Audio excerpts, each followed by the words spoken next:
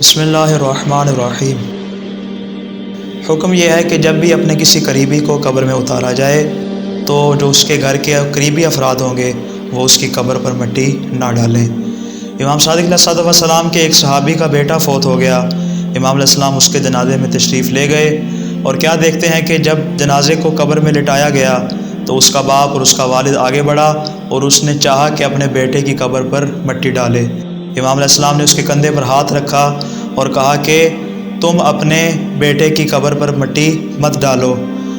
تو وہاں پہ موجود افراد نے امام سے سوال کیا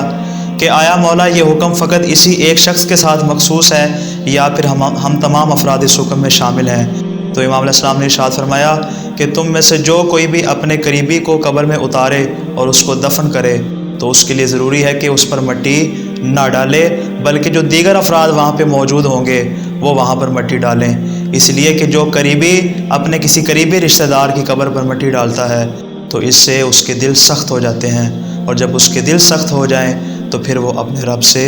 دور ہو جاتا ہے، اور جب اس کے دل سخت ہو جائیں تو پھر وہ اپنے رب سے دور ہو جاتا ہے۔